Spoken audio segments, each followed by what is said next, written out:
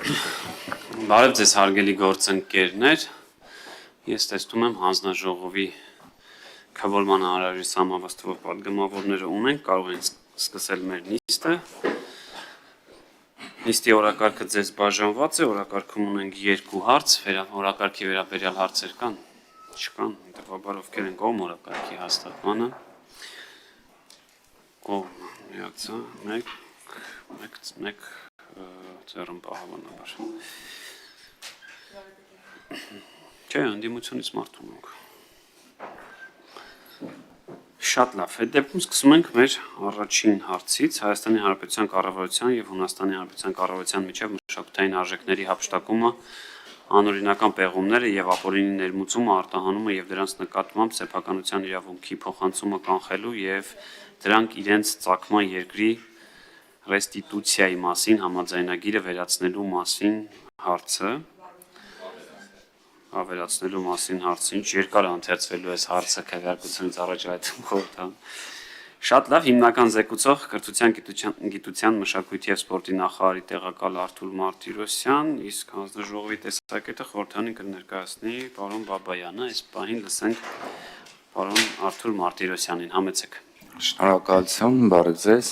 հարգարժան պարոն Գաբրելյան, հանձնաժողովի հարգելի անդամներ, հարգելի գործընկերներ, ձեր քննարկման եմ ներկայացնում Հայաստանի Հանրապետության կառավարության եւ Հունաստանի Հանրապետության կառավարության միջև մշակութային արժեքների հափշտակումը, անօրինական պեղումներ եւ ապօրինի ներմուծումը, արտահանումը եւ դրանց նկատմամբ սեփականության իրավունքի փոխանցումը կանխելու եւ դրանք իրենց ծագման երկիր ռեստիտուցիայի ենթարկելու մասին Հայաստանի Հանրապետության օրենքի նախագիծ է։ Պետք է տեղեկացնեմ, որ համապատասխանաբար կառավարության որոշումը եղել է 2025 թվականի նոյեմբերի 25-ին եւ այնուհետ Սահմանադրական դատարանը իր դեկտեմբերի 23-ի որոշմամբ հավանության է արժանացրել այս օրենքի նախագիծը։ Սա մի նախագիծ է, որ արդեն վերնագիրը կարծես թե այնքան տարողունակ է, որ հուշում է ինչի մասին է։ Հայաստանի եւ Հունաստանի միջև մշակութային համագործակցության առումով կարևոր համաձայնագիր է, սա որպես մի հանգամանք, որ կուզեին գծել, այսինքն երկկողմ հարաբերությունների զարգացման համար, երկրորդը սա մեր համար նաեւ նախադեպ է հնարավոր այլ երկրների հետ նման համաձայնագիր կնքելու համար, որով իհարկե կպաշտպանվեն մեր մշակութային արժեքները եւ լրացուցիչ գործիքակազմ կստեղծվի մշակութային արժեքների պաշտպանության համար։ Առաջին հանգամանքի առումով հայ-հունական երկկողմ հարաբերությունների ես կուզեի ընդգծել, որ ունենք վերջին շրջանում հատկապես մշակույթի ոլորտում համագործակցության բավականին ինտենսիվություն եւ իրենց նախարարներ մեր մոտ այցելել եւ այդուհետ անցյալ տարի մեր նախարարը Տիկին Անդրեասյանը հուլիսին երրորդի այցով գտնվել է Հունաստանում եւ ի թիվս տարբեր համաձայնագրերի, որ մեր մշակութային տարբեր կառույցներ իրար հետ ստորագրել են հունական կողմի հետ, խոսքը թանգարանների, գրադարանների, կինոյի ոլորտում եւ այլ համագործակցության մասին է, նաեւ մի կարեւոր համաձայնագիր էր այս համաձայնագիրը։ Պետք է նշեմ, որ համաձայնագրով նախատեսվում է այդ մշակութային արժեքների մասին տեղեկատվության փոխանակում, վերապատրաստումներ եւ դրանով միայն ոլորտը, այսինքն սա հերթական պոզիտիվ քայլ է այդ ոլորտում օրենսդրությունը զարգացնելու առումով։ Ես կուզեի նաև, այսինքն ազգային ժողով բավարարման է բերվել մի պատճառով, որ կան որոշակի ֆինանսական հնարավոր հատկացումներ ենթադրող դրույթներ, մասնավորապես խոսքը երկու բանի մասին է, մեկը մասնագետների վերապատրաստումների մասով, որ կա նման կետ, դա կարծեմ վերաբերում է հոդված 3-րդի 4-րդ կետն է, ինչպես նաև մյուս կետը դա այդ հոդված 5-րդի ներողություն հոդված 4-րդի 5-րդ կետն է, որը վերաբերում է համաձայնագրի շրջանակներում մշակութային արժեքների վերականգնման եւ ռեստիտուցիայի հետ կապված ծախսերի հոգմանը, որը ենթադրում է, որ տվյալ երկրի բյուջեից պետք է լինի։ Ես կարող եմ ասել, որ այս երկու դեպքում էլ մենք բյուջետային հատկացումների կարծում եմ անգամ վերաբաշխման կարիք չենք ունենա, որովհետեւ մենք տարբեր թանգարաններ ունեն իրենց վերապատրաստումների ծրագիրը, այսինքն սա շարունակական գործընթաց է, մյուս կողմից էլ եթե իսկապես նման խնդիր ծագի, որ որևէ մշակութային արժեք վերադարձնենք կամ հակառակը փոխանցենք, այդ դեպքում իհարկե այսինքն մեր դեպքում ծախսերը կառաջանան, եթե մենք վերադարձնենք, որը եւ լիովին, հա, այսինքն այսպես ասած շատ ընկալելի ծախս կլինի, եթե նման խնդիր առաջանա, մենք իսկապես մշակութային արժեք վերադարձնելու խնդիր ունենանք։ Ես այսքանը թերևս պետք է ասեմ, որ հունական այսօր եմ հենց դեսպանի հետ խոսել, մեր դեսպանի հետ Հունաստանում, ասել եմ, որ իրենք եւս արդեն ուղարկել են, այսինքն կառավարության հաստատումը անցել է իրենց մոդել օրենքի նախագիծը եւ ուղարկել են իրենց խորհրդարան, կարծես թե եթե մենք հավանության արժանանա, համընթաց գործընթաց կունենանք։ Շնորհակալ եմ, այսքանը։ Շնորհակալ ենք, պարոն Մարտիրոսյան։ Հարցեր ունեք։ Համեցեք, պարոն Բաբյան։ Շնորհակալություն, պարոն Մարտիրոսյան, հանգամանալից զեկույցի համար։ Կարծում եմ գրեթե ամեն ինչ պարզ է, միակ հարցը, որ ոչ քաջածանոթ մարդու մոտ կառաջանա, ինչն է փոխում, սա ինչ է սա տալիս, այսինքն առանց սրա ընդունման, եթե հայտնաբերվի մշակութային արժեք հանդիսացող իր առարկա, ինչ ընթացակարգով արդյոք իրավական բազան թույլ չի տալիս եւ սրանով ինչ է ավելանում։ Շնորհակալություն, շատ լավ հարցի համար։ Ես կուզեի նշել, որ կա միջազգային որոշակի օրենսդրություն շրջանակ, այս հարցը կարգավորող, մասնավորապես կա ՅՈՒՆԵՍԿՕ-ի 1970 թվականի մշակութային արժեքների ապօրինի ներմուծումը, արտահանումը եւ դրանց նկատմամբ սեփականության իրավունքի փոխանցումը արգելելու եւ կանխելու մասին կոնվենցիա։ Կոնվենցիայից բացի 1978 թվականին նույն ՅՈՒՆԵՍԿՕ-ի շրջանակներում ստեղծվել է միջկառավարական մարմին, որտեղ Հայաստան ունի ներկայացուցիչ, այսինքն focal point ընդհանրապես, բայց դա տալիս է ընդհանուր առմամբ sense ասած ընդհանուր փիլիսոփայությունը կամ ճարտարապետությունը նման ոլորտում համագործակցության եւ կարիք կա երկկողմ համաձայնագրերի կնքման, որը կապահովի կոնվենցիայի, այսպես կոնվենցիայում հռչակված բարի դրույթների կիրարկումը իրական կյանքում, այսինքն երկկողմ համաձայնագրի անհրաժեշտությունը միևնույնն է կա, քանի որ կոնվենցիան ոչ թե պարտադիր ուժ ունի, այլ ուղղակի տալիս է այն շրջանակը, որի շուրջ այդ համագործակցություն պետք է կանա, բայց ու այդ առումով պարոն Բաբյան, իսկապես սա մեր համար նաև հաշվի առնելով, որ Հունաստանը ԵՄ անդամ երկիր է, մենք կկարողանանք այս համաձայնագիրը, նման համաձայնագրեր կնքել հնարավոր շահագրգիռ այլ երկրների հետ, շահագրգիռ նկատեմ մեր տեսանկյունից, Հայաստանի Հանրապետության շահերի տեսանկյունից հետաքրքիր երկրների հետ։ Շնորհակալություն։ Շնորհակալ ենք, այլ հարցեր չկան։ Պարոն Բաբյան, ավելացնելու բան ունեք, դուք չունեք, շատ լավ ելույթներ, չկա կարիք։ Դե, ըստ կանոնակարգի եւս մեկ անգամ ընթերցեմ եւ քվեարկության դնենք հարցը, քվեարկության ընտրվում չունի ավելացնելու բան, պարոն Բաբյանն։ Հայաստանի Հանրապետության կառավարության եւ Հունաստանի Հանրապետության կառավարության միջև մշակութային արժեքների հափշտակումը, անօրինական պեղումները եւ ապօրինի ներմուծումը, արտահանումը եւ դրանց նկատմամբ սեփականության իրավունքի փոխանցումը կանխելու եւ դրանք իրենց ծագման երկիր ռեստիտուցիայի մասին համաձայնագիրը վավերացնելու մասին հարցը ովքեր են կողմ միաձայն եւ նաեւ այս հարցը ներառենք առաջիկա լիագումար նիստերի օրակարգում ովքեր են կողմ խորհրդին առաջարկենք։ Շնորհակալ եմ կրկին միաձայն։ Շնորհակալ եմ պարոն Մարտիրոսյան, դուք ավարտեցիք, կարող եք մնալ, կարող եք գնալ։ Մենք անցնենք օրակարգի երկրորդ հարցին, տեսալսողական մեդիայի մասին օրենքում փոփոխություններ եւ լրացումներ կատարելու մասին օրենքի նախագիծն է։ Այն ներկայացրել է բարձր տեխնոլոգիական արդյունաբերության նախարարությունը եւ նախագիծը հանձնաժողովին կներկայացնի նախարար Մխիթար Հայրապետյանը։ Համեցեք, պարոն Հայրապետյան։ Շնորհակալություն, պարոն Գաբրիելյան։ Մինչ նախագծին անդրադառնալը պիտի ասեմ, որ ամիսներ շարունակ մենք աշխատել ենք այս նախագծի, այս փաթեթի վրա եւ օգտվելով առիթից ուզում եմ շնորհակալություն հայտնել ձեր գլխավորած հանձնաժողովին, փորձագետների ներգրավվածության եւ պատգամավորների ներգրավվածության համար, Հայաստանի հեռուստատեսության եւ ռադիոյի հանձնաժողովի գործընկերներին, պարոն Հակոբյանի եւ իր թիմի գլխավորությամբ,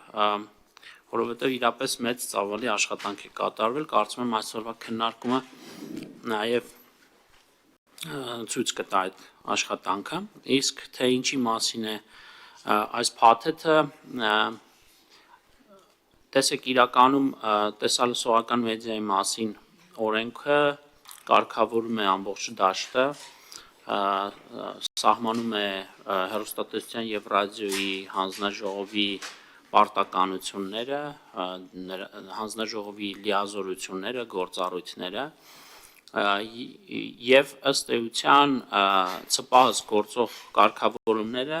մեծավ մասամբ գալիս են ապահովելու հեռուստաբովանդակության, հեռուստառադիոբովանդակության որակը, հիգիենան նախ եւ առաջ ուրեմն հանրային մուլտիպլեքսի տարածքում, որպեսզի մեր քաղաքացիին, որոնք որ կհետևեն այս հանձնաժողովի նիստին ավելի պարզ լինի, հանրային մուլտիպլեքսը այն տիրույթն է, որտեղ շուրջ 3, ավելի քիչ 3 տասնյակից հեռուստաալիքներ յուրաքանչյուրի տանը հասանելի են, այսինքն այս տիրույթում հեռարձակվող հեռուստակոնտենտի համար անհրաժեշտ կարգավորումներն են մինչ օրս գործում, բայց գաղտնիք չէ, որ նոր տեխնոլոգիաները գալիս են ավելացնելու մի քանի այլ շերտեր, հանրությանը մատուցելու հեռուստառադիոբովանդակությամբ հաղորդումներ կամ ծրագրեր, եւ սրանք մի կողմից նոր հնարավորություններ են ստեղծում հեռուստադիտողի համար, մյուս կողմից ռիսկեր եւ մարտահրավերներ։ Այս փաթեթը գալիս է մեր կարծիքով խորությամբ բովանդակությամբ անդրադառնալու արդեն հաջորդ շերտին, նաեւ հաջորդ շերտին այն է ցանցային օպերատորների տիրույթում հեռարձակվող հեռուստահաղորդումներին կամ հեռուստածրագրերին։ Նախ եւ առաջ այս նախագծով մենք փորձել ենք հանգամանալից կերպով եւ հիմնավոր կերպով տալ բացվածքը արգելված հեռուստակոնտենտի։ Հիմա փորձեմ առավել մանրամասն ներկայացնել ձեզ, թե ինչպես ենք մենք վերախմբագրել օրենքի 9-րդ հոդվածը կամ ինչպես ենք առաջարկում օրենքը ընդունվելուց հետո այն ունենա համապատասխան տեսք։ Մասնավորապես օրենքն ընդունվելու դեպքում կարգելվեն տեսալսողական հաղորդումներում սահմանադրական կարգը բռնի տապալելու, պատերազմ քարոզելու նպատակ հետապնդող տեղեկատվության տարածումը։ Բռնություն եւ դաժանություն քարոզ պարունակող տեղեկատվության տարածումը, ազգային, ռասայական, սեռային, կրոնական ատելություն բորբոքելու, տարիքային հաշմանդամության, անձնական կամ սոցիալական բնույթի այլ հատկանիշներով խտրականություն սերմանելը կամ նման նպատակ հետապնդող տեղեկատվության տարածումը, պոռնկագրության տարածումը, քրեորեն պատժելի կամ օրենսդրությամբ արգելված այլ արարքների կոչերի տարածումը, քրեական ենթամշակույթի քարոզ պարունակող ֆիլմերի եւ տեսալսողական հաղորդումների հեռարձակումը, բացառությամբ իհարկե սույն օրենքի 9-րդ հոդվածի 4-րդ մասով նախատեսված դեպքերի, ուղիղ եթերի ժամանակ սույն հոդվածի առաջին մասով բացառությամբ 4-րդ կետի սահմանված արգելքները խախտելու դեպքում հեռարձակողը պատասխանատվության չի ենթարկվում, եթե իրավախախտման մասին ուղիղ եթերում զգուշացվել կամ հայտարարվել է, իսկ կրկնակի կոչի դեպքում ուղիղ եթերը դադարեցվել է, կարգավորող պետական մարմինը օրենքով իրեն վերապահված վերահսկողական գործառույթների իրականացման ընթացքում քրեական օրենսգրքով արգելված արարքի հատկանիշներ հայտնաբերելու դեպքում դիմում է իրավասու մարմիններին, էրոտիկ բնույթի տեսալսողական հաղորդումները եւ սարսափողական հայտ բռնություն պարունակող ֆիլմերը, քրեական ենթամշակույթի քարոզ պարունակող ֆիլմերն ու տեսալսողական հաղորդումները, ինչպես նաեւ անչափահասների առողջության, մտավոր եւ ֆիզիկական զարգացման, դաստիարակության վրա հնարավոր բացասական ազդեցություն ունեցող հաղորդումները կարող են եթեր հեռարձակվել ժամը 24:00-ից մինչև 6:00, արգելվում է օտարերկրյա տեսալսողական ծրագրերում ՀՀ ներքաղաքական կյանքին միջամտության բովանդակության տարածումը, սույն հոդվածի առաջին մասի 2-րդ, 3-րդ կետերով եւ 4-րդ մասի նախատեսված տեսալսողական հաղորդումների նկատմամբ տարածվող չարաշահման արգելքների չափորոշիչները սահմանում է կարգավորող պետական մարմինը, այսինքն հեռուստատեսության եւ ռադիոյի հանձնաժողովը, Պետության հայտարարած ՍՔՕ եւ հիշատակի օրերին արգելվում է հեռարձակողների կողմից զվարճալի հաղորդումների եւ գովազդի հեռարձակումը։ Հեռարձակողները կամ օպերատորները սույն հոդվածի 4-րդ մասով սահմանված տեսալսողական հաղորդումներն առանց ժամային սահմանափակումների կարող են տարածել սպառողների կողմից այդ հաղորդումների հասանելիության արհեստական արգելքի ներդրման տեխնիկական հնարավորության առկայության դեպքում եւ վերջին կետով արգելվում է հեռարձակողի ոչ գծային տեղեկատվության դեպքում օպերատորի կողմից տեսալսողական ծրագիրը կամ տեսալսողական հաղորդումը առանց դրանց գույքային իրավունքներ տիրապետող անձի համաձայնության տարածումը։ Սրանք ըստ էության վերաբերում են արգելքներին, այսինքն այսօր էլ գործող օրենսդրությամբ իհարկե որոշակի կարգավորումներ կան, այնպես չէ, որ որևէ կարգավորում նախատեսված չէ, սակայն այդ կարգավորումները լիարժեք չեն։ Մենք փորձել ենք այս փաթեթում այնպիսի կարգավորումներ առաջարկել, որոնք ամբողջությամբ կգան փակելու հնարավոր բոլոր ռիսկերը, իսկ արդեն խախտումների պարագայում հանձնաժողովի համար շատ հստակ իրավական հենք կունենանք որևէ սանկցիոն գործողություն իրականացնելու համար։ Հաջորդ բաժնում, պարոն Գաբրիելյան, ես ամբողջը ներկայացնեմ, հետո հարցեր լինեն։ Հա, կարող ենք, որպեսզի, քանի որ ծավալը մեծ է, բայց բլոկ գնանք, թե ամբողջը ես ներկայացնեմ, վերջում։ Ինչպես ձեզ հարմար է, մեկ Դե ամբողջը ներկայացնեմ, չեմ ուզում ուղղակի ձանձրացնել, բայց փորձեմ հնարավորինս կարևոր մասերը ներկայացնել, ամբողջը չեմ ընթերցի բնականաբար։ Հաջորդ մասում օրենքի 49-րդ հոդվածում մի քանի փոփոխություններ ենք նախատեսում, հիմնականում կկենտրոնանամ ես բովանդակային փոփոխությունների վրա, մասնավորապես առաջարկում ենք հետևյալ լրացումը կատարել, ցանցային օպերատորի լիցենզիա ստացած անձի կողմից օտարերկրյա տեսալսողական ծրագրի գույքային իրավունքները տիրապետող անձի հետ ձեռք բերված գրավոր համաձայնության հիման վրա տեսալսողական ծրագիրը կարող է վերահաղորդվել միայն կարգավորող պետական մարմին թղթային կամ էլեկտրոնային ծանուցում ներկայացնելուց հետո։ Կարգավորող պետական մարմին ծանուցում ներկայացնելու եւ դադարեցնելու գործընթացի կարգավորումը իրականացնում է սույն օրենքի 54-րդ հոդվածի դրույթների պահանջներին համապատասխան։ Հաջորդ կետով ցանցային օպերատորի լիցենզիա ստացած անձը սույն օրենքի 9-րդ հոդվածի առաջին մասի դրույթների, ինչպես նաև օտարերկրյա տեսալսողական ծրագրերում Հայաստանի Հանրապետության ներքաղաքական կյանքին միջամտության բովանդակության բացառման պահանջների առերևույթ խախտման վերաբերյալ վարչական վարույթի հարուցման մասին կարգավորող պետական մարմնի կողմից տեղեկացվելուց հետո 24 ժամվա ընթացքում դադարեցնում է տվյալ տեսալսողական ծրագրի վերահաղորդումը։ Մյուս կետով օրենքի 9-րդ հոդվածի առաջին մասի դրույթների պահանջներին կամ օտարերկրյա տեսալսողական ծրագրերում Հայաստանի Հանրապետության ներքաղաքական կյանքին միջամտության բովանդակության հայտնաբերման առերևույթ խախտման վերաբերյալ վարչական վարույթի հարուցման դեպքում կարգավորող պետական մարմնի պահանջը ստանալուց հետո այն ցանցային օպերատորը, որը տվյալ օտարերկրյա տեսալսողական ծրագրի գույքային իրավունքները տիրապետող անձի հետ ձեռք բերված գրավոր համաձայնության հիման վրա վերահաղորդում է իրականացնում, 15 աշխատանքային օրվա ընթացքում ներկայացնում է տեսալսողական ծրագրերի կամ հաղորդումների տեսագրությունները կամ ձայնագրությունները։ Կարգավորող պետական մարմնի կողմից պահանջված տեսալսողական ծրագրերի տեսագրությունները կամ ձայնագրությունները կարող են չներկայացվել, եթե վարչական վարույթի հարուցման օրվա դրությամբ առերևույթ խախտման օրվանից անցել է 30 օր։ Ուրեմն հաջորդ հոդվածով, մասնավորապես օրենքի 54-րդ հոդվածում առաջարկում ենք լրացնել հետևյալ հատվածը։ Տեսալսողական ծրագրերի դիստրիբյուտորը սույն օրենքի 9-րդ հոդվածի առաջին նախ որպեսզի հասկանալի լինի, ուզում եմ ասել, որ մենք նաև օրենքում սահմանել ենք ծրագրերի դիստրիբյուտորը, մասնավորապես տեսալսողական ծրագրերի դիստրիբյուտոր գույքային իրավունքները տիրապետող անձի հետ ձեռք բերված գրավոր համաձայնության հիման վրա օպերատորին տարածման նպատակով տեսալսողական ծրագրեր տրամադրող ֆիզիկական կամ իրավաբանական անձ, այսինքն որպեսզի հստակ լինի դիստրիբյուտորի եւ ցանցային օպերատորի տարբերությունը եւ նրանց ֆունկցիաները, առանձին դիստրիբյուտորները ըստ էության ներկայացնում են կամ ապահովում են տարատեսակ տեսալսողական ծրագրեր, ցանցային օպերատորներով պարզապես դրանք հեռարձակվում են եւ այսպես տեսալսողական ծրագրերում ներքաղաքական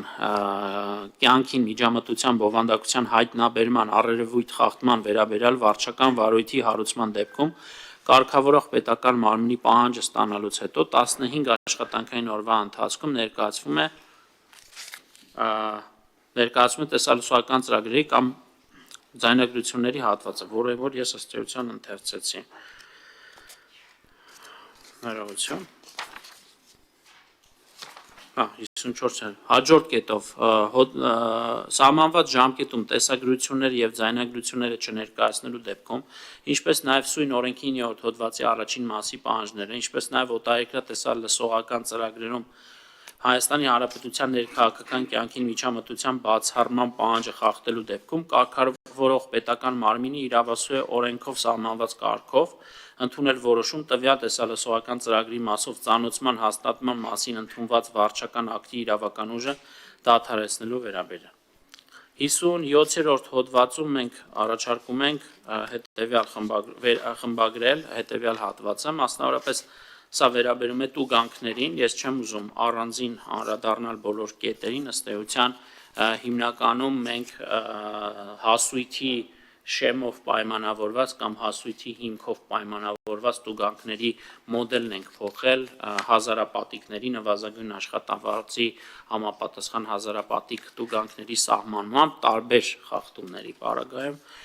բնականաբար անհրաժեշտության պարագայում կարող եմ ամբողջ ընթերցել, թե որ խախտման պարագայում ինչ չափսի տուգանք է նախատեսում օրենքով սահմանել։ 58-րդ հոդվածում համապատասխան հետևյալ լրացումն ենք առաջարկում կատարել ցանցային օպերատորի լիցենզիայի գործողության կասեցումը եւ դադարեցումը հատվածում ցանցային օպերատորի լիցենզիայի գործողությունը կասեցվում է առավելագույնը 30 օր ժամկետով, եթե ցանցային օպերատորը սույն օրենքի 57-րդ հոդվածի 41-րդ մասով սահմանված հիմքով 1 տարվա ընթացքում 3 անգամ ենթարկվել է վարչական տույժի,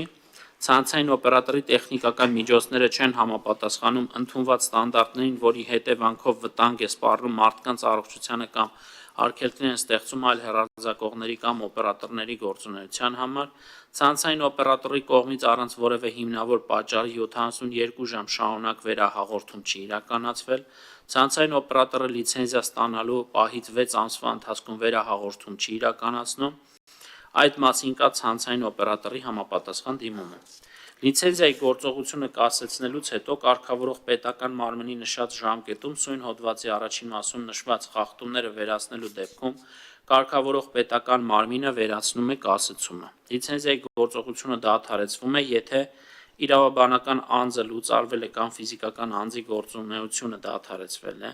տեղի ունեցել լիցենզիայի փոխանցում ֆիզիկական կամ իրավաբանական այլ անձանց, լիցենզավորման համար ներկայացված փաստաթղթերում էական նշանակություն ունեցող կեղծ կամ խեղաթյուրված տեղեկություն է հայտնաբերվել եւ այսպես շարունակ։ Եզրափակիչ եւ անցումային դրույթներում մի քանի ուրեմն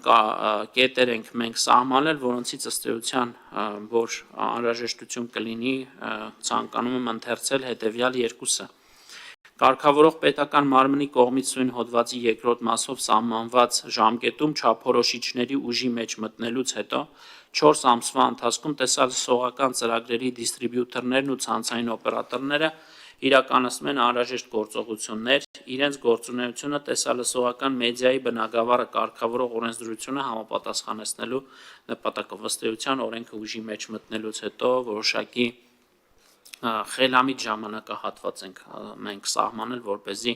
նաև խնդիր չառաջացնենք ուրեմն դիստրիբյուտորների եւ ցանցային օպերատորների համար եւ իհարկե կարգավորող պետական մարմնի վրա ըստ էության դրվում է պարտավորություն կրկին 4 ամսյա ժամկետի ընթացքում ուրեմն Հայաստանի Հանրապետությունը վերահաղորդվող բոլոր տեսալսողական ծրագրերի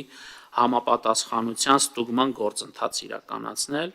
Հայաստանի Հանրապետության օրենսդրության անհամապատասխանության մասին կարգավորող պետական մարմնի կողմից որոշում չկայացնելու դեպքում թույլտվությունը համարվում է տրամադրված ավտոմատ կերպով։ Շնորհակալություն։ Շնորհակալ եմ, պարոն նախարար, հարցեր հաստատ կլինեն, այս հատամ ձեր թույլտվությամբ ես սկսեմ։ Պարոն նախարար, ես ճիշտ եմ հասկանում, որ մենք այս փոփոխությունների շարքով ըստ էության գրեթե ամբողջությամբ նույնականացնում ենք հանրային մուլտիպլեքսի լիցենզիա ստացած հեռուստաընկերությունների եւ կաբելային ցանցերով, ինչպես էր կոչվում, հեղինակազորված ալիքների նկատմամբ պահանջները։ Եթե ոչ ամբողջական, ապա գոնե նոր բան ենք ավելացնում։ Հետագայում նաև պարոն Հակոբյան, ձեզ էլ հնարավորություն կտամ այս մասն էլ շարունակենք, էլի։ Ինչի եմ սա ասում, լավ, մյուս հարցերս ձևակերպեմ, որովհետև հիմնական խնդիրը ինչն էր, այդ թվում արդարացիորեն հանրային մուլտիպլեքսում այդ նույն բանի այդ հեռացեի գումարը վճարող մեր հեռուստաընկերությունները նշում էին, որ ամսական 7 միլիոն կամ 8 միլիոն դրամ վճարելը որոշակի անհավասար պայմաններ էր ստեղծում իրենց եւ օրինակ հեղինակազորվածների։ Ես կառաջարկեմ նաեւ հետեւյալը, որ այն հեղինակազորված ալիքներ, այսպես ասեմ, այն հեղինակազորված ալիքները, որովհետեւ մարդիկ հասկանան, ինչը նկատի ունեմ, իրանք եթե մարզային չէ, համապետական սփռում ունեցող ցանցային օպերատորում են հեռարձակվելու, իրանց նկատմամբ առնվազն, եթե ոչ գումար մեծ լինի, որտեվ հիմա կարծես թե գումար չկա, ստացվում է էլի անհավասար է, եթե գումար էլ չդնեն, գոնե նվազագույն 20 կամ 30% այդ հանրօգուտ հաղորդումների պարտադրանք տնենք։ Այսինքն իրանք ըստ էության դուրս են եկել հանրային մուլտիպլեքսից, բայց հանրային մուլտիպլեքսի նման ծածկույթ ունեցող օրինակ այսօր մեր ցանցային օպերատորների մեծ մի քանիսը առնվազն հանրապետության գրեթե ողջ տարածքով ծածկույթում սփռում ունեն, եւ եթե որևէ հեռուստաընկերություն այդտեղ հեղինակազորվել է ձեզ մոտ եւ հանրապետական սփռում ունի, ինքը պետք է հանրօգուտ հաղորդումներ օրինակ ունենա։ Ես առաջին, երկրորդ ընթերցում սա կառաջարկեմ, երկրորդը այստեղ գրության մասով ես կարծում եմ չնկատեցի, որ կա գրած թե չէ, կարողա չեմ նկատել այդ նախընտրական քարոզչական այդ գրությունը։ Ես կարծում եմ, դա էլ պետք է հանձնաժողովին տանք լիազորություն միասնական ձևանմուշ սահմանելով, որովհետև ինչ որ մեկը կարող է եթերում հա, այդպես փոքր են գովազդում, որ տակը փոքրիկ գրվում է չնկատելի չլինի, մեկը կարող է։ Ես կառաջարկեի նույնիսկ գրենք, որ watermark լինի, որ ամբողջ էկրանի վրա հայտնվի նախընտրական քարոզչություն, այսինքն դա մեկը ոչ մի բան չի փոխում, բայց գոնե մարդը տեսնելուց այդ գովազդը կտեսնի, որ սա խոստում է կամ նախընտրական քարոզ է, այլ ոչ թե իրականություն։ Մենք էլ մի բանը չի հասկացել, որ գրած էր ամեն օր պետք է իր ելքային տվյալների մասին հրապարակի, այդ ելքային տվյալները ինչն էր, այդ գուցե ձեզ արդեն որ հարցի ժամանակ կլինի, այս համ հարցեր, համ առաջարկ բան Հայաստան, մեկը որ հանրօգուտ հաղորդումներ այդ դեպքում եթե ինքը մտել է արդեն համապետական ծածկույթով սփռման դեպքում կամ գումար ավելացնենք, որտեղ գումար չի վճարում, բայց մեր մյուս հանրային մուլտիպլեքսի հեռուստաընկերություն տարեկան 70-80 միլիոն վճարում են։ Ստացվում է հանրապետական, այո, ստացվում է, որ իրենք էլ կասեն, նա մենք էլ դուրս կգանք անվճար կհեղինակազորվենք եւ կմտնենք, այդ թվում մեր օրենքով պարտադրել ենք, որ կաբելայիններն էլ պարտավոր են իրանց այդ առաջին տեղում տալ, որ զուտ հավասար պայմաններ լինի։ Մի կողմից իրանց պարտադրում ենք հանրօգուտ հաղորդումներ պետք է ունես, մի կողմից ասում ենք այսքան կվճարես, այն մյուս դեպքում չենք ասում, սա քննարկելու հարց։ Մեկ էլ այդ գրության մասով, եթե չկա այդ առաջարկն միասնական լինի, որ այսինքն մարդու նաև տեսողական հիշի տեսնի, որ բոլորի մոտ այս ձևագրությունը ինքը արդեն հասկանա, որ հենց սա նախընտրական քարոզարշավ է։ Շնորհակալություն, պարոն Գաբրիելյան, մի հատվածին ես իհարկե կանրադառնամ ձեր հարցերի վերջին կտորին, կխնդրեմ պարոն Հակոբյանը ավելի շատ հանձնաժողովի տիրույթում է մեր գործընկերը ներկայացնի տեսակետը։ Իմ կարծիքով հնդածս ձեր խոսքում դուք ձեր առաջին հարցի պատասխանը տվեցիք։ Իհարկե ոչ, դեռևս հավասար պայմաններ բոլոր խաղացողների համար այս փաթեթով չի ապահովում, սակայն որը ոչ պակաս կարևոր է առնվազն եթերի պատշաճ բովանդակության ապահովման տեսանկյունից այն ամբողջ 9-րդ հոդվածը, որ ես ընթերցեցի,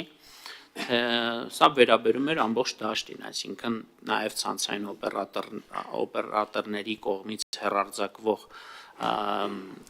հեռուստածրագրերի կամ հաղորդումների համար այդ պահանջները պարտադիր են լինելու, այսինքն առաջին անգամ հեռուստատեսության եւ ռադիոյի հանձնաժողովը իբրև կարգավորող մարմին ունենալու է իրավական հենք դրան հղում կատարելով պահանջելու համապատասխան որակի հաղորդումների հեռարձակում ոչ միայն այլևս ոչ միայն զուտ հանրային մուլտիպլեքսի, այլ նաև ցանցային օպերատորների տիրույթում։ Այս իմաստով կարող ենք ասել, որ մեր կարգավորումները գալիս են ինչ որ իմաստով ավելի արդար լինելու ամբողջ ինդուստրիայի նկատմամբ, բայց ինչպես դուք էլ նշեցիք, մուլտիպլեքսում հեռարձակվող հեռուստաալիքները շարունակում են ոչ առնվազն հաշվի առնելով ներկա իրավիճակը այս ոլորտում մեծ գումարներ վճարել մուլտիպլեքսով թե մայրաքաղաքում, թե մարզերում եւ թե հանրապետական ծածկույթում հեռարձակվելու համար մի բան, որ բնականաբար չի տարածվում, օրինակ ցանցային օպերատորների տիրույթում հեռարձակվող կամ ինչպես ասում ենք մալուխային հեռուստատեսության շերտում հեռարձակվող հեռուստաալիքների համար այնտեղ այլ խաղի կանոններ են գործում բիզնեսը բիզնեսի հետ եւ այս իմաստով իհարկե չունենք մեկ միասնական ընդհանրական խաղի կանոն, սակայն եթերի բովանդակության տեսանկյունից ակնհայտ է, որ այս փոփոխությունները գալիս են ինչ որ իմաստով առնվազն նվազագույն համընդհանուր կանոններ սահմանելու բոլոր հեռուստաալիքների համար եւ որ ոչ պակաս կարեւոր է նաեւ մենք այս փոփոխություններով որոշակի ստանդարտներ ենք սահմանում նաեւ դիստրիբյուտորների համար, այսինքն եւ խախտումների պարագայում ձևակերպում ենք սանկցիան, այսինքն որ պարագայում հանձնաժողովը հնարավորություն կունենա կամ կասեցնել կամ դադարեցնել լիցենզիան, իհարկե թողնելով երկխոսելու որոշակի հնարավորություն հենց օրենսդրությամբ ցանցային օպերատորի հետ, այսինքն ցանցային օպերատորը խախտման պարագայում, եթե համագործակցային եղավ ըստ էության, մենք ոչ թե կմտնենք պատժի կամ սանկցիայի դաշտ, այլ պարզապես կկարգավորենք, հոգ կտանենք, որպեսզի հենց ինքը ցանցային օպերատորը իրականացնի այդ գործառույթները եւ ոչ թե հանձնաժողովը արդեն սանկցիաներ կիրառի ցանցային օպերատորների նկատմամբ։ Իսկ հաջորդ հատվածին թերևս պարոն Հակոբյան Շատ լավ, խնդրեմ։ Ձեզ էլ հետ կասնի կտանք, որտեղ այնտեղ էլի հարցեր կլինեն նախարարին, պարոն Հակոբյան, ձեզ առանձին խոսք կտամ։ Շատ լավ, այսինքն գոնե առնվազն այդ լրատվության եւ ընտրությունների մասով հավասար դաշտ են բերում, այսինքն եթե պայմանական որևէ հանրային մուլտիպլեքսի հեռուստաընկերություն նախընտրական շրջանում, ասենք 30 րոպեից ավել չի կարող որևէ եթերաժամանակ տալ, դա պետքա տարածվի նաեւ ցանցային օպերատորներով հեռարձակվող հեղինակազորված այդ ալիքների նկատմամբ, որ նաև հավասար պայմաններ լինի։ Միայն լրատվականը չէ, ընդհանրապես։ Այդ ինչպես դուք թվարկեցիք, սկսած պորնոգրաֆիկ նյութերից մինչև այո, այն ինչ ամբողջը նկարագրվեց, այո, մասամբ կամ մեծավ մասամբ դա ենթադրում է լրատվական նյութերին, տեղեկատվական տարատեսակ հաղորդաշարին, բայց ոչ միայն։ Այո, սա նաև ինչ որ առումով պաշտպանություն է հանրային մուլտիպլեքսում գործող հեռուստաընկերությունների համար էլի արդար է դաշտ բերելով բոլոր խաղի կամ մասնակիցներին համեցեք պարոն Հասանով։ Պարոն Հայրապետյան, դուք զեկուցման մեջ նշեցիք, որ տեսալսողական օրգաններում արգելվում են մի շարք միջոցառումներ, նշեցիք հատկապես շատ ճիշտ էր բռնություն եւ դաժանություն քարոզող պարունակող տեղեկատվության տարածել ազգային ռասայական սերային կրոնական ատելություն բորբոքելու տարիքային հաշմանդամության անձնական կամ սոցիալական բնույթի եւ այլ հատկանիշներով խտրականություն սահմանել եւ այլն։ Սրանք բոլորը գիտենք եւ ունեն պատժամիջոցներ առանցին քրեական օրենսգրքով։ Սակայն ես ուզում եմ իմանալ վերջին ժամանակներից եւ ընդհանրապես Facebook-ում, TikTok-ներում բացարձակ սուտ տեղեկություններ են տարածում անձի նկատմամբ վիրավորանքներ, ծայրահեղ վիրավորանքներ եւ սեռական բնույթի հայհոյանքներ, սրանց դեմ ինչպես կարելի առնել մասսայական ձևով, որպեսզի խրատ լինի մնացածները այդպիսի քայլերից չդիմեն։ Շնորհակալություն։ Նախ ասեմ, որ դուք ճիշտ նշեցիք, այն ինչ մենք զետեղել ենք այս նախագծում, քրեական օրենսգրքով պատժելի է։ Բայց մենք գտնում ենք, որ այդուհանդերձ հեռուստատեսության եւ ռադիոյի հանձնաժողովի գործունեության կամ գործառույթները իրականացնելու տեսանկյունից շատ կարևոր է, որ ընդգծվի, օրենքով սահմանվի, թե օրինակ որ պարագայում հենց ինքը հանձնաժողով բացի նրանից, որ տվյալ անձը քրեական պատասխանատվության պիտի ենթարկվի, ինչ սանկցիաներ պիտի կիրառվեն հեռարձակողների նկատմամբ, այսինքն այս իմաստով այդուհանդերձ մեզ համար կարևոր էր, որ այս տեսանկյունից եւս մենք քրեորեն պատժելի արարքները եւս սահմանենք հենց տեսալսողական մեդիայի մասին օրենքում։ Երկրորդը բուն ձեր հարցին անդրադառնալով, պարոն Հասանով, պիտի խոստովանեմ, որ շատ մեծ եւ շատ բարդ կոմպլեքս խնդրի մասին եք դուք բարձրաձայնում, որը ունի մեկ քայլանոց լուծում եւ չեմ կարծում, որ նաեւ ունի որևէ մեկ գերատեսչություն այնպիսի մանդատ, որ կարողանա ամբողջությամբ հասցեագրել այդ խնդիրները եւ լուծել, առավել եւս տեսալսողական մեդիայի մասին օրենսդրության տեսանկյունից մենք ձեր նշած խնդիրը չենք կարող դիտարկել։ Այսինքն հստակ արձանագրենք, որ խոսքը կամ տեսալսողական կամ մի խոսքով տեսալսողական կոնտենտին է վերաբերում, ընդ որում, ինչպես ես նշեցի, մենք հերթով փորձում ենք կարգավորել դաշտը, հանրային մուլտիպլեքսը կարգավորել ենք մեր կարծիքով, առնվազն փորձել ենք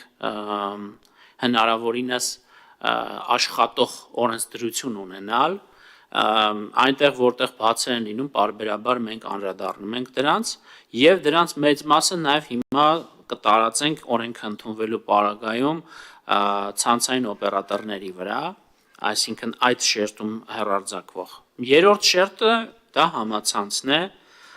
որը մարտահրավերները ստեղծում ոչ միայն Հայաստանի Հանրապետության կառավարության կամ ազգային ժողովի համար կամ առհասարակ հասարակության համար, այլև ցանկացած աշխարհի ցանկացած երկրի համար, սա իհարկե չի նշանակում, որ մենք պիտի համակերպենք, որ որևէ կանխարգելիչ գործողություններ չանենք, ավելին ասեմ, որ մենք նաև օգտվելով առիթից այսօր էլ հանձնառություն ենք ստանձնում արդեն հաջորդ փուլով անդրադառնալու համացանցային տիրույթում որոշակի կանոնակարգումներ իրականացնելու, օրինակ, եթե հեռուստատեսության եւ ռադիոյի հանձնաժողովը կարձանագրի, որ իրավախախտում է տեղի ունեցել այս կամ այն տնտեսավարողի, այսինքն հեռարձակողի կողմից, մենք ակնկալում ենք, որ օրինակ օպերատորների հետ համապատասխան աշխատանք տանենք, հասկանալու արդյոք տեխնիկապես հնարավոր կլինի նաև համացանցային տիրույթում տվյալ արդեն իսկ իրավախախտում համարվող ծրագրերի արգելափակումը իրականացնել, բայց սա հեշտ աշխատանք չէ։ Եվ ես պետք է խոստովանեմ, որ սա մեկ քայլանի աշխատանք չէ, սա նշանակում է, որ ինչու, ես շատ պարզ ասեմ, որպեսզի հասկանալի լինի դրա բարդությունը։ Հանրային մուլտիպլեքսի պարագայում կա տեխնիկական հնարավորություն այս կամ այն հեռուստահաղորդումը կամ ծրագիրը ուղղակի վայրկյանների ընթացքում արգելափակելու ֆիզիկապես։ Այսինքն հիմնվելով հեռուստատեսության եւ ռադիոյի հանձնաժողովի զեկույցի վրա կամ կայացրած որոշումների վրա հանձնաժողովի կա տեխնիկական եւ ֆիզիկական հնարավորություն տեսալսողական հաղորդումը արգելափակելու։ Ցանցային օպերատորների պարագայում պետությունը նման լիազորություն չունի, այսպես ասած, մալուխային կամ կաբելային TV-ներով։ Սակայն այդտեղ մենք, ինչպես այսօր նշեցի, այնպիսի մոդել ենք ընտրել եւ առաջարկում սահմանել օրենքով, որ հենց ինքը ցանցային օպերատորը կարողանա կարգավորել դաշտը բնականաբար նորից հիմք ընդունելով հեռուստատեսության եւ ռադիոյի հանձնաժողովի ուրեմն եզրակացությունները եւ որոշումները։ Համացանցը այլ պատմություն է։ Այն կարգավորումները, որոնք որ մենք սահմանում ենք եւ կարող ենք հետեւել, որպեսզի դրանք կյանք ունենան, աշխատեն պրակտիկ հողի վրա, համացանցի պարագայում դրանք շատ կոմպլեքս ուրեմն լուծումներ են պահանջում, որից մենք իրականում չենք վախենում, բայց սա բոլորովին այլ տեսակի, այլ ծավալի եւ որակի եւ այլ խորությամբ աշխատանք է ենթադրում բազմակողմանի։ Այսինքն այս իմաստով առավել եւս երբ դուք նշում եք, որ օրինակ սոցիալական ցանցերում չգիտեմ, տարատեսակ բառապաշարով գրառումներ են արվում կամ հայտարարություններ, կոչեր են արվում, սա ընդհանրապես արդեն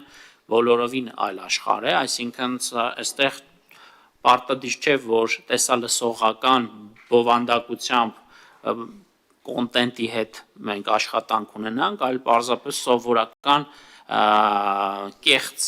օգտաէջով որևէ հայտարարություն կարող է դրվել սոցիալական հարթակներում եւ սա բոլորին այլ բնույթի աշխատանք է, կանխարգելիչ աշխատանք է ենթադրում մեզ համար։ Այստեղ իհարկե նորից մենք համարում ենք, որ պետությունը ունի անելիք, մասնավորապես տարատեսակ տեխնոլոգիական հսկաների հետ, որոնք որ նաև իրենցից ներկայացնում են սոցիալական հարթակների պլատֆորմներ են ըստ էության, TikTok-ից մինչև Meta, համագործակցային ամենօրյա աշխատանք եւ մեխանիզմներ ներդնելու պարագայում լինեն որոշակի ձևակերպումներ, որոնք ալգորիթմների տակ կդրվեն եւ այդ օրինակ կոչերի կամ ձևակերպումների պարագայում ավտոմատ կերպով այդ ֆիլտրերը կաշխատեն, որը օրինակ անգլերենի պարագայում նույն TikTok-ում երբեմն շատ ավելի հաճախ աշխատում է ինքնաշխատ ձևով, հայերենի պարագայում դա կարգավորված չէ։ Բարձր տեխնոլոգիական արդյունաբերության նախարարությունը բնականաբար սրան եւս անդրադառնալու է, իհարկե հաշվի առնելով այն սահմանափակ ռեսուրսները, որ մենք ունենք, նաև համապատասխան ակնկալիքներ ձևավորելու տեսանկյունից կարևոր է, որ սա նշեմ, բայց բոլոր ուղղություններով մենք նախատեսում ենք աշխատել, նամանավանդ հաշվի առնելով այն հնարավորությունները, որ արհեստական բանականության գործիքները մեր օրերում մեզ ընձեռելու են։ Այս իմաստով մենք այդ խնդրին կանդրադառնանք պարոն Հասանով, բայց սա բոլորովին այլ խնդիր է, շատ ավելի լուրջ մարտահրավեր է ոչ միայն մեզ համար, այլև ցանկացած երկրի համար, բայց իհարկե կփորձենք հիմնարար կերպով ապագայում դրան եւս անդրադառնալ։ Շնորհակալ եմ, նաև տեղեկացնեմ, որ ունենք նաև դատական նախադեպեր, այդ թվում հրապարակային համացանցային տիրույթում ձեր ասած սեռական բնույթի հայրանքները որակվել են որպես խուլիգանություն եւ ունենք նաև դատական ակտեր, այսինքն երբ որ վիրավորանքը մեկ այլ բան է, բայց երբ որ նաև դա հասնում է հայրանքի ընդհանուր մինչև քրեական, այսպես ասած, ընդհանուր գնում է այդ քրեական պատասխանատվությունը ու այս բանին փորձում է երբ խոսում էր պարոն նախարարը գտնել, բայց չգտա, բայց կան դատական նախադեպեր, որ համացանցում այդ, որովհետև ըստ էության արդեն նույնականացվել է փողոցում ես դու դա դրսևորում այդ վարքագիծը թե համացանցում, որտեղ շատ ավելի շատ մարդակ էս անկախ իր կամքից տեսնում եւ լսում, դա նույնպես որակվում է որպես խուլիգանություն, այս վերջերս բլոգերներից մեկն էր կարծես թե ահազանգել, հա, որ ընտանիքի իր անդամներին երեխայի հանդեպ մեկ այլ բլոգեր էր իրանք հասցրել եւ հենց այդ դեպքով էլ վերջի դեպքը թարմետ էր, որ քրեական վարույթ նախաձեռնվեց։ Համեցեք։ Ես կարճ ռեմարկ անեմ նաեւ շարունակելով պարոն Գաբրիելյանի միտքը, մենք ուղակի տեխնիկապես եւ ոչ միայն մենք ընդհանրապես տեխնիկապես հնարավոր չի որևէ երկրի գործադիր իշխանության համար օրինակ կարգավորել այս կամ այն սոցիալական ցանցերը անգամ արգելափակումը խնդիր չի նախ մենք արգելափակման ճանապարհով որևէ պարագայում չենք համարում որ դա լավագույն լուծումն է այս կամ այն հարթակի արգելափակումը ապրիորի չենք համարում դա լավ լուծում, եւ երկրորդ դա նախ եւ առաջ դա հնարավոր չէ, որովհետեւ կան տարատեսակ գործիքներ, VPN-ը տարատեսակ գործիքներ, որոնցով պարզապես այդ արգելքները հնարավոր է շրջանցել։ Դրանք իհարկե որոշակիորեն դժվարություններ ստեղծում են շրջանցողների համար, բայց այդուհանդերձ շրջանցվում են դրանք վերջնահարցունքում, հետեւաբար մեր պատկերացումները իբրև լուծում հետեւյալն է, եւս մեկ անգամ արձանագրենք։ Սոցիալական հարթակների հետ կառավարությունը պիտի ինտենսիվ աշխատի, համաձայնեցնի հայերենով կամ հայաստանյան կամ հայկական տիրույթում որոշակի քանակի եւ քանակի կոնկրետ ձևակերպումների շրջանակ, որպեսզի հարթակը ինքնակարգավորվի։ Եվ ես կարող եմ ասել, որ չկա ըստ էության որևէ միջազգային գործընկեր, այդ թվում եւ իմ նշած, որոնք որ պատրաստակամություն չեն հայտնել մեզ հետ աշխատելու, հասկանալու թե որն է այդ շրջանակը եւ ներդնելու այդ ֆիլտրերը, հակառակ պարագայում ուղղակի մենք այդ դաշտը կարգավորելու տեխնիկական հնարավորություն ինքներս չենք ունենալու։ Տիկին Ղազարյան հարց ունեք համից։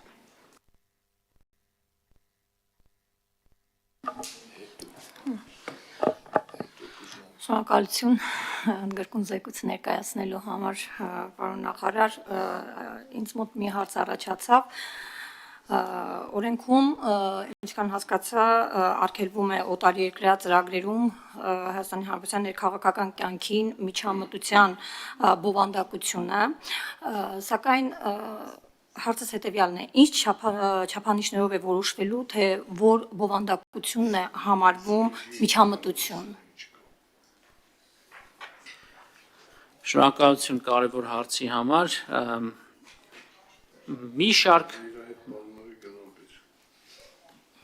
Մի շարք գործառույթներ կան, որոնք մենք չենք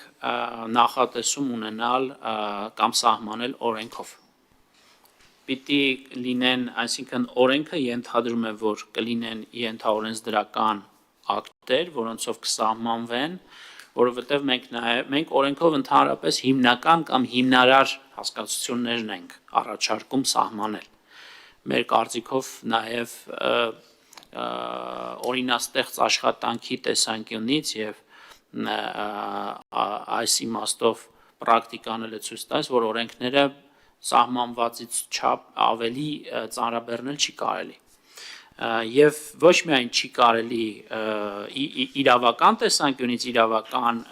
գրագիտության տեսանկյունից, այլև դրանք չեն աշխատում, եթե մենք դրանք տանում ենք օրենքների տիրույթ, որովհետև հաճախ անհրաժեշտություն է լինում ճկուն պահել, իսկ դրա համար գոյություն ունեն ենթաօրենսդրական ակտերի պրակտիկան եւ ձեր հնչեցրած հարցը հենց այս համատեքստում է, սակայն ես կարող եմ ասել, թե ինքս ինչպես եմ պատկերացնում, քավլիցի չմտնելով հանձնաժողովի տիրույթ, բայց ես գալուց առաջ հատուկ մի քանի ձևակերպումներ եմ առանձնացրել, որոնք հանձնաժողովը իմ կարծիքով առնվազն մի մասը կհամընկնի մեր պատկերացումների, սա ուզում եմ հատուկ ընթերցել, որպեսզի նաև շատ վերացական չթվա այսօրվա մեր նախագիծը եւ ցույց տամ, որ շատ կոնկրետ ձևակերպումներով տեսանելի սահմանումներ կարող են լինել, որոնք իրավական ամուր հենք կունենան հանձնաժողովի համար եւ դրանք ոչ թե կլինեն կամայական կիրառման գործիք հանձնաժողովի կամ կառավարության համար, այլ ուղղակի չափելի սահմանման հնարավորություն կտան։ Թեև ընդունում եմ, որ սա հեշտ աշխատանք չէ, բայց շատ իրագործելի։ Մասնավորապես ներքին քաղաքական կյանքին միջամտող բովանդակություն իմ ընկալմամբ, սա ես անկեղծորեն եմ ասում, ճանապարհին եմ, այսինքն ազգային ժողով գալուց առաջ եմ սահմանումներն առանձնացրել, կարող է լինել օրինակ Հայաստանի Հանրապետության ներքաղաքական կյանքին միջամտող հեռուստաբովանդակություն համարվի այն տեղեկատվական, վերլուծական կամ քարոզչական բնույթի հաղորդումը, որը ուղղակի կամ անուղղակի կերպով նպատակ ունի ազդել ներքաղաքական կյանքի գործընթացների վրա, այդ թվում պետական իշխանության ձևավորման, ընտրությունների կամ հանրաքվեների, քաղաքական կուսակցությունների կամ շարժումների գործունեության, հանրային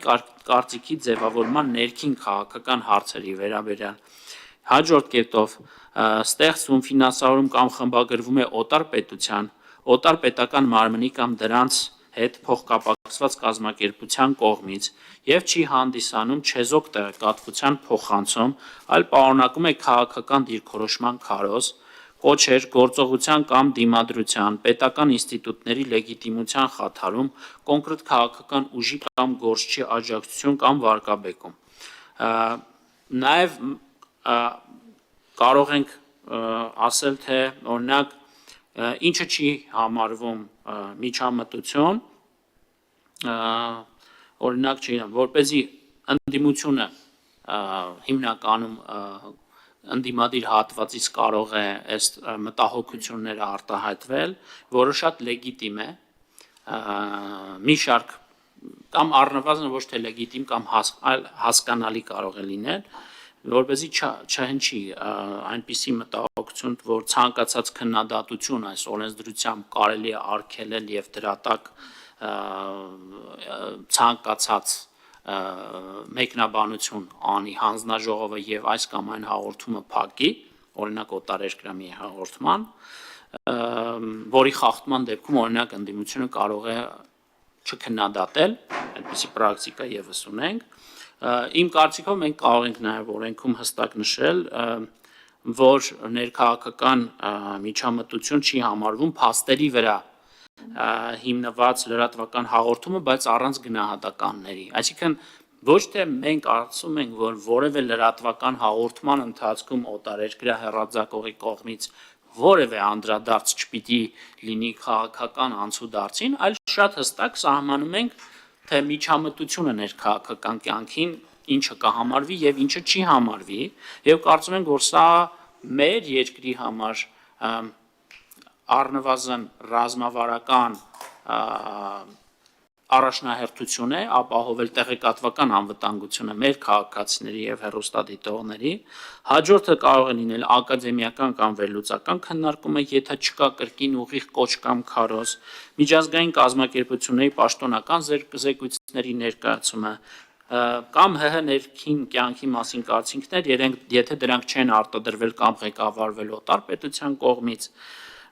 առանձնացրել եմ մի շարք գործնական չափանիշներ, բայց չեմ ուզում հիմա հնչեցնել, որ նաև տպավորություն չլինի կրկին, որ հավակնություններ ունեմ միջամտելու հանձնաժողովի առաջիկայում սպասվելիք աշխատանքներին, բայց վստահեցնում եմ ձեզ, որ բարդ, բայց շատ իրագործելի աշխատանք է սրա հստակ սահմանումը տալը, որը որևէ մանիպուլյացիաների, որևէ տարատեսակ ձևակերպումների առիթ չի տա։ Շատ հստակ կարող ենք ձևակերպումներ տալ, որտեղ տեսանելի կլինի մեր երկրի անվտանգությունը, տեղեկատվական անվտանգությունը, որը կարծում եմ ցանկացած երկիր դեռ վաղուց արդեն իսկ այս աշխատանքը կատարել էր։ Շնորհակալ եմ, պարոն նախարար, ես Հա, եւ ես ընդհանրապես նաեւ ասեմ, պարոն Մելիքսեթյանն ինձ հուշեց, որ սա բացառապես վերաբերում է օտարերկրյա հեռուստաալիքներին, այսինքն սիրով առաջարկում ենք, որ հայաստանյան հեռուստաալիքները շարունակեն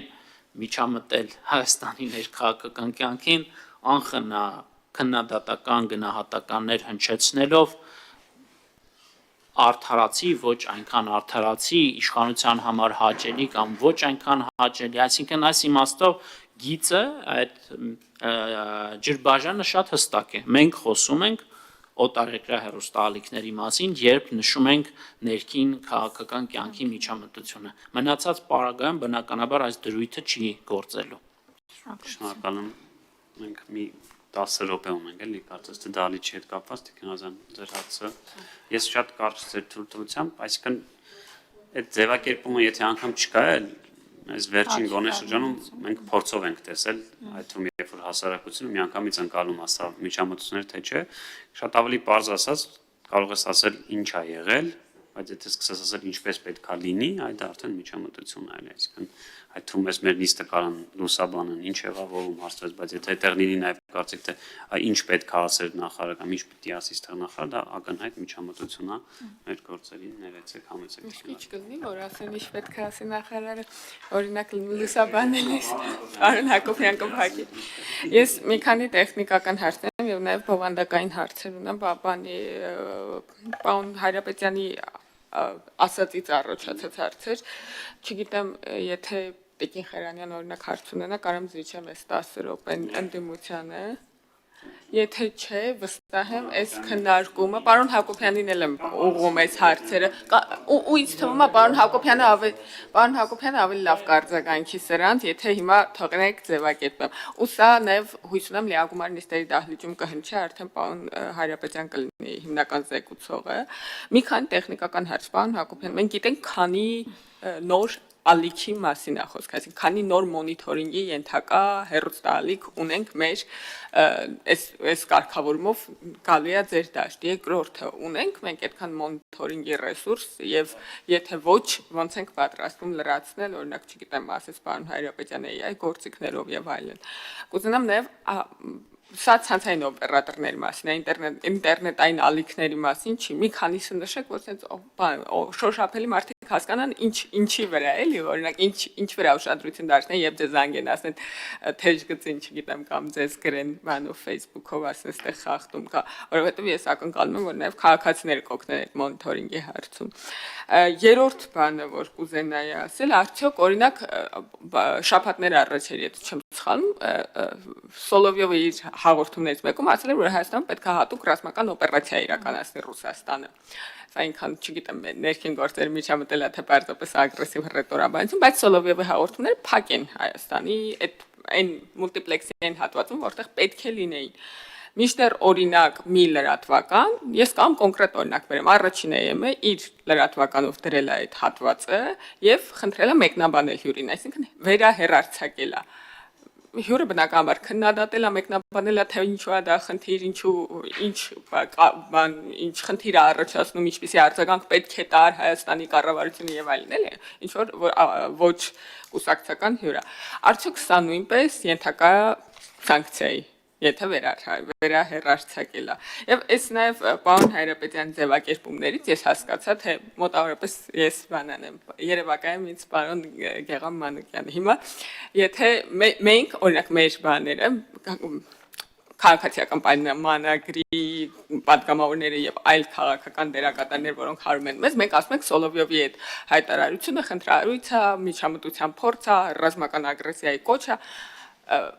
Այս մեր ընդդիմադիր գործընկերները, որը հաստատ հնչել է պարոն Հայրապետյան լիագումար նիստերի դահլիճում, ասում են, որ երբ որ Հական Ֆիդանը ասում է, որ Հայաստանում գործող կառավարությունը խաղաղության օրակարգն է առաջ մղում եւ մենք ողջունում ենք դա եւ հարցումներն էլ ցույց են տալիս եւ հույս ունենք, որ առաջիկայում նույնպես կշարունակվի այդ քաղաքական գործընթացը ԿՊ-ի հաղթանակով կամ ինչ-որ մի ձևակերպում, բավական դիվանագիտական, բայց ասում են այն էլ է միջամտություն Հայաստանի ներքաղաքական կյանքին։ Մեկ այլ դեպքում, օրինակ, եթե չեմ սխալվում, Մայա Սանդուն ասել էր, որ Հայաստանի դեմ հիբրիդային պատերազմ է ծավալվում եւ մենք պատրաստ ենք օգնել մեր փորձառությամբ Հայաստանի կառավարությանը։ Մի այլ դեպքում Եվրամիությունը դրա համար է ուղարկում կառավարությանը, որպեսզի այդ նախընտրական process-ների ժամանակ այս սրանք, որ ու դրանց ուղեկցում են հայտարարությունները, այդ հայտարարությունները հեռարձակվում են։ Ես գիտեք իմ դիրքորոշում, ես կարծում եմ, որ այնքան նուրբ է այդ սահմանը, որ երբեմն պետք է ուղղակի բաց թողնել, ով ինչ ուզում է ասի։ Բայց ես կուզենամ, որ դուք նաև որպես կիրառող, այս օրենսդրությունը կիրառող, ասեք, ոնց եք տարբերելու Ֆիդանի, Սանդուի, Սոլովյովի հայտարարությունների դուգինի ինչ-որ բաներ էլի, տենց մոտավորապես տեքստեր ասե Սոլովյովի նման, ոնց եք տարբերելու, որն է միջամտություն, որն է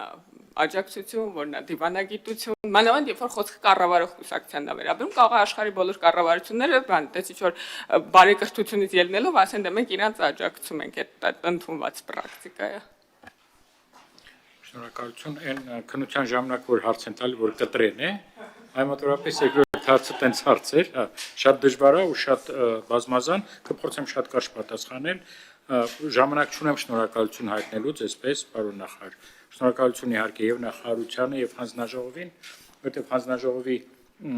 ձեր էքսպերտները շատ լավ աշխատում էին, նախարարությունում մենք տասնյակ ժամեր ենք անցկացրել այս նախագիծը քննարկելու համար, բայց սա երկրորդ մասում պատասխանեմ ձեր հարցին։ Առաջինը շատ կարճ, մենք ցանցային կաբելային ցանցերում ունենք մոտ 300 վերահեռարձակվող հաղորդում,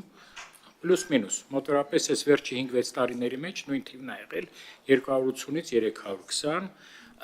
որոնցից մոտ 40-ը հեղինակազորված, այսինքն նրանք, որոնք այսպես թե այնպես մեր վերահսկողության տակ են, քաղաքական հասարակական ուղղվածություն ունեցողներ, օրինակ, չգիտեմ, Ազատությունն է, հանրային երկրորդ հայկական երկրորդ հեռուստաալիքն է, Երկիր մեդիան է, Առաջինայինը ինքը չի հեռարձակվում հիմա։ Ինքը ունի լիցենզավորման բան, բայց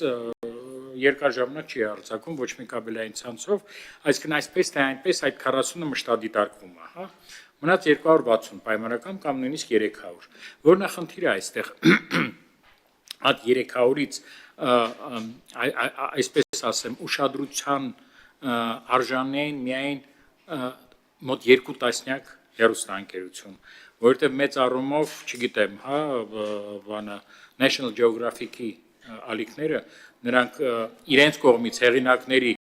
այնքան էթիկայի կանոններից բռնած, միջև բռնությունը բացառող, միջև իրանց այսինքն մշտադիտարկման կարիք չկա, հա, այսինքն էլի իրանց, այսինքն այդ որոնք հանրօգուտ ուղղվածություն ունեն կամ սպորտային հաղորդումները, մենք չենք կարծում, որ կարիքը կա դրանց մշտադիտարկելու եւ եթե Աստված չանի, այո, եթե Աստված չանի մի բան լինի, առաջինը մենք իմանանք, երկրորդը բողոքների ինստիտուտը կա, որը շատ կարևոր բաղադրիչներից մեկն է մեր գործունեության, այստեղ մենք խնդիր չունենք։ Մենք արդեն այդ 300 ցանկը արդեն մեր մոտ դրված է եւ մենք կամաց ովքեր են հիմնադիրը, ովքեր են պայմանագիր կնքած, որ երկրի արտադրանքը ինչ լեզվով է, մենք այդ աշխատանքը, երբ որ մենք սկսեցինք այս նախագծի վրա աշխատել, արդեն կատարվում է եւ մեր հաշվարկներով կա մոտ 2 տասնյակ օտար երկրի հեռարձակող, որոնք այսպես թե այնպես ուշադրության կարիք ունեն, իսկ դա մեծ ծավալ չի, դա մեծ ռեսուրս չի մեր համար, եւ մենք կարծում ենք, որ այս տարի Աստված տա շուտ ընդունվի այս օրենքը, մենք մինչեւ տարվա վերջ կաշխատենք, այն ժամանակ մի հատ կարողանանք գնահատել, հա, մեր հնարավորությունները, մեր կարիքները եւ դրանով կմտնենք եւ ձեր մոտ եւ կառավարություն։ Հա, պարտադիր։ 45 օր, թե 30։ 45 օր հեռարձակողները, կաբելայինները 30 օր, ինչը բավարար է եւ աշխարհում որևէ պետություն չկա, որտեղ հեռարձակողները մինիմում 30 օր պարտավորություն չունեն պահելու, այսինքն մենք նա ենք խնդրում հավելյալ ոչ դիստրիբյուտորների վրա, ոչ ցանցային օպերատորների մենք որևէ բան չենք դնում, հա, պարտավորություն չենք դնում։ Այս առաջի հարցը, այսինքն յոլա կտանենք, այսպես ասած, միջև տեսնենք, որտեվ միջև մենք չփորձարկենք պրակտիկայով շատ դժվար է ասել հետագան ինչ կլինի։ Երկրորդը էս ինձ կտրելու ցանկությամբ հարցը Ֆիդան Սալովիև ամենապարզ հարցն էր։ Տեսեք, Ֆիդանի մոտ ողջույններ ընդամենը եւ մեկնաբանություններ մեր կառավարության քայլերի։ Սալովի մոտ պահանջեր, հա, բռնության կոչեր, որպեսի ինչ որ օտար երկիր, հա, ինքը ինտերվենցիա կիրառի Հայաստանի շատ կարճ այդ երկու նախաձեռնությունը լրիվ բավարար է, որ հասկանանք դրանք տարբեր են, հա, եթե նույն Սալավիով ողջուներ ընդդիմության քայլը, որը ուզում է մասնակցի ընտրություններին, որը Ռուսաստանն հետ ուզում է պայմանագիր կնքի, որևէ այնտեղ բռնության կոչ չկա, դա ողջույն է այն քաղաքական ուժի, որը իրենց կարծիքով, հա, տանում է իրենց օրակարգ։ Եկեք ոչ թե եթերով, այլ կոնկրետ օրինակ, ոչ թե Սալավիովը, այլ այդ երկրի արտգործնախարարը աջակցել է Հայաստանի Հանրապետության ընդդիմադիր տեխնացու Վարդան Ղուկասյանին, որին համարել է քաղբանտարկել։ Այս վերջերս նույն արտգործնախարար Ռուսաստանի ասել է, որ իմ կարծիքով Հայաստանի հասարակությունը շատ լավ հասկանում է, որ բաները, չգիտեմ, եվրոպացիները սին խոստումներ են տալի, այստեղ խնդիր չկա, դա մենք չենք կարող վճարքել, ոչ այդպիսի խնդիր կա, ոչ էլ դա ազատ տեղեկատվական հոսքերի, հա, ֆորմուլան է, որը Հայաստանը որդեգրել է։ Այսինքն մենք դե հասկանանք, եթե վերադառնանք էլի 9-րդ հոդվածին, մենք խոսում ենք նրա մասին, ինչ արգելված է օրենքով։ այսինքն ստեղ ինչ կապված է Սոլովյովի հետ, տեսեք, ինչ հարց է նաև լուծվում այս օրենքով։ Սոլովյովը արգելված է հանրային մուլտիպլեքսում, որտեղ հանրային մուլտիպլեքսի արգելքը դա բարձր տեխնոլոգիական արտադրության նախարարության տիրույթում է, որը հայ-ռուսական պայմանագրի կողմն է հայկական կողմից։ Ինչ կապված է ցանցային օպերատորների հետ, ապա այնտեղ շարունակվում է նույն Սոլովյովը, որտեղ Սոլովյովը ոչ միայն RTR, այսինքն ռուսական պետական հեռուստաալիքում ելույթ ունենա, նաև Ռոսիա 24 քարոզչական ալիքով, որի արգելքը, որի հանդեպ որևէ կարգավորում նախարարությունը չունի եւ չունենք մենք։ Այս փոփոխություններով մենք ստանում ենք այդ իրավունքը, որպեսզի մշտադարկենք եւ իրավասու լինենք, արգելել, կասեցնել, միջև ինչ որ բաներ շտկեն եւ ելի եմ ասում, եւ խնդիրը միայն քաղաքական չի, շատ կարեւոր է դա։ Մենք օրինակ բանի Սարսափի ֆիլմերի բան ունենք, ալիք ունենք, վերահերարձակվող, մենք կարծում ենք այս օրենքը ընդունելուց հետո մենք եւս մի անգամ կվելուծենք դա եւ դա կոդավորված ալիք դիսարկենք, որտեղ Քաղաքականները երբեմն Սարսափան Հակոբյան, խնդրում եմ մենակ այն բանին դրվագին արձագանքեք։ Կարող է Սարսափի տակ արգելեք որոշ քաղաքական դրվագներ, այն ասածից էլի խնդրում եմ արձագանքեք, որ օրինակ կարա առաջին ալիքը հանրայինը հերարցակի ցույց տա ինչ ասել եւ դրա մասին ռեպորտաժ անի ու այդ դրվագին արդյոք դա այդ վերահերարցակման խնդրի տակ չի։ Հակառակ դեպքում մենք ընկնենք այն բանի մեջ, հիշում եք սովետական միության ժամանակ ինչ որ բան էին քննադատում, որի մասին չէին խոսում։ Ասում է, я Солженицына не читал, но я осуждаю։ Այսինքն մի բան, եթե բանավիճում ես, եթե փորձում ես դա անպայման պիտի ցույց տաս եւ դա է պլուրալիզմի, բազմակարության էլեմենտներից մեկն է։ Մենք այստեղ վտանգ չենք տեսնում, եթե ինչ որ մի բան ցույց են տալի եւ գրագետ բավականին, պրոֆեսիոնալ կարող են դա վերլուծեն եւ չգիտեմ, չեղարկեն, չեզոքացնեն, կամ հերկեն։ Ստեղ խնդիր չկա։ Հակառակ դեպքում անգամ հյուրի որ կանչելս։ Մի շատ կարեւոր բան կա։ Ну, նայած ինչ կոնտեքստ, եթե օրինակ խոսքա գուցե հակարելի է որտեղ, բայց եթե ենթադրենք ինքը շատ բազմազան է, եթե էրոտիկ կամ պորնոգրաֆիկ բնույթի նյութա, բարձա չի պետք է վերահեռացակվի հյուրին ասի արի քննարկենք, էլի նկատի ունեմ, բայց այս դեպքում որ չանի էլ հյուրին ինչ հարց է տալու, ասելու այս մարդը սենց ինչ է ասել, ինչի մասին է, էլի քննարկումը լինելու։ Համեցեք, բանը։ Մշտադիտարկման հետ կապված այդուհանդերձ մենք մեր պատկերացումներ ունենք հանձնաժողովի աշխատանքի մասով եւ անգամ եթե ընդամենը խոսքը լինելու է 2 տասնյակ հեռուստա ծրագրերի նկատմամբ հավելյալ մոնիթորինգ իրականացումը մեր կարծիքով այդուհանդերձ այդտեղ տեխնոլոգիական լուծումներով պիտի մենք առաջնորդվենք ժամանակի ընթացքում, որովհետեւ նույնիսկ այսօրվա մոդելը, որ հանձնաժողովը կիրառում է մասնավորապես տարբեր աշխատակիցներ նստած եւ դիտում են հեռուստածրագրերը եւ այսպես ձեռքի աշխատանքով իրականացնում են մոնիթորինգը ամսվա մեջ եթե չեմ սխալվում 4-5 օր չէ 5 օր նույն հաղորդումը այլևս ժամանակավրեպ է այդ մեխանիզմը այլևս ժամանակավրեպ է եւ մենք առաջարկել ենք հանձնաժողովի գործընկերներին դիտարկել տատեսակ նոր տեխնոլոգիաներով գործիքակազմի ներդրում եւ այդտեղ նաեւ կառավարությունը պատրաստ կլինի օժանդակել հանձնաժողովին, որովհետեւ մեր կարծիքով նորից հատկապես ԱԲ տեխնոլոգիաները հնարավորություն են տալիս նախապես ֆիքսել օրինակ մի քանի 100 ձևակերպումներ բանալի բառեր, որոնք լայվ ռեժիմով կիդենտիֆիկացվեն եւ արդեն հանձնաժողովին անմիջապես կբերեն դեպի խնդիր եւ արդեն հանձնաժողովը իր սանկցիոն գործողությունները կիրականացնի։ Ամսվա մեջ 5 օրյա ընդամենը մոնիթորինգը նախ հնարավորություն է տալիս զգալիորեն բաց թողնել ուշադրությունից մնացած օրերի դեպքում եւ փաստ չէ որ քաղաքացիները անպայմանորեն դա կնկատեն եւ առավել եւս կազդարարեն այնպես չէ օրական հարյուրավոր ուրեմն ահազանգեր ենք մենք ստանում քաղաքացիներից եւ բացի այդ ուղղակի նաեւ աշխատանքի որակի տեսանկյունից ինքնաշխատ համակարգերը այդ ալգորիթմները բնականաբար ամբողջությամբ կլուծեն այս խնդիրը։ Հետևաբար եկեք պայմանավորվենք նաև ազգային ժողովում ուղիղ եթերում, որ հանձնաժողովի առաջ նմանատիպ հանձնառություն պետք է սահմանվի բնականաբար կառավարության աջակցությամբ։ Շնորհակալություն, ես ասեմ, որ այսպես ասած տեխնիկական առաջադրանքը մենք արդեն մշակում ենք, որով դիտվենք անպայման ձեր նախարարություն, որպեսզի ստանաք այդ աջակցությունը շատ կարևոր է դա։ Մի խնդիրն էլ, քանի որ արհեստական բանականության մասին խոսվեց, չասեմ ինչ պայթունային արագությամբ զարգանում, եւ այդ deepfake-ը եւ սինթետիկ բովանդակությունը, որը կա, կոնտենտը, շուտով անբաժանելի մաս կդառնա նույն լրատվական հոսքերի, եւ մենք նաեւ առաջարկ ունենք, որով կկիսվենք շուտով, որպեսզի ինչպես նաեւ շատ երկրներում, նաեւ եվրոպական երկրներում, որը նախատեսված է նաև Digital Act-ով, Եվրոմիության հրահանգով, մեր մոտ արհեստական բանականությամբ ստեղծված տեսալսողական բովանդակությունը մակնշվի ինչ-որ ձևով, որը շատ կարևոր է Հայաստանի համար, հա, սա նույնիսկ։ Շնորհակալ։ Այդ մասով գիտեմ, որ նախարարությունը աշխատում է, կարծում եմ մինչև գարուն կունենա։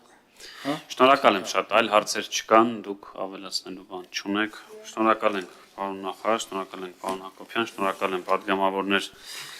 հարցերի համար։ Մի երկու խնդիր էլ կար կապված օրենքի հետ, ավելացնեմ, քանի որ իմ տեսակետը այդպես էլ չասեցի, մի մասը մեզ հավաստիացրեցին, որ առաջինից երկրորդ ընթերցում դա հաշվի կառնեն եւ ինչ-որ փոփոխություններ կմտցնեն, չէ՞։ Ես ճիշտ եմ հասկանում, այսպես ինձ ասեցին, որոնք կբարձրացնեն էֆեկտիվությունը։ Մենք սահմանված ընթացակարգով ընթաց կտանք։ Այս փուլում մեկը չեմ կարող որևէ բան փոխել, այսինքն այսպես է ներկայացվել, այսպես է։ Հետո առաջինից երկրորդ սա Շատ լավ, ունենք միամսյա ժամկետ, այդ ընթացքում մենք քննարկում էլ եթե անհրաժեշտություն կա էլի կանենք։ Շատ լավ։ Հարգելի գործընկերներ, քվեարկության է դրվում տեսալոսողական մեդիայի մասին օրենքում փոփոխություններ եւ դրացումներ կատարելու մասին օրենքի նախագիծ ովքեր են կողմ։ Մենք 4 կողմ, 1 ձեռնպա եւ խորհրդին առաջարկենք այս հարցը ներառել օրակարգում առաջիկա նիստերի, կրկին 4 կողմ, 1 ձեռնպա։ Շնորհակալ եմ, մեր նիստը ավարտվեց։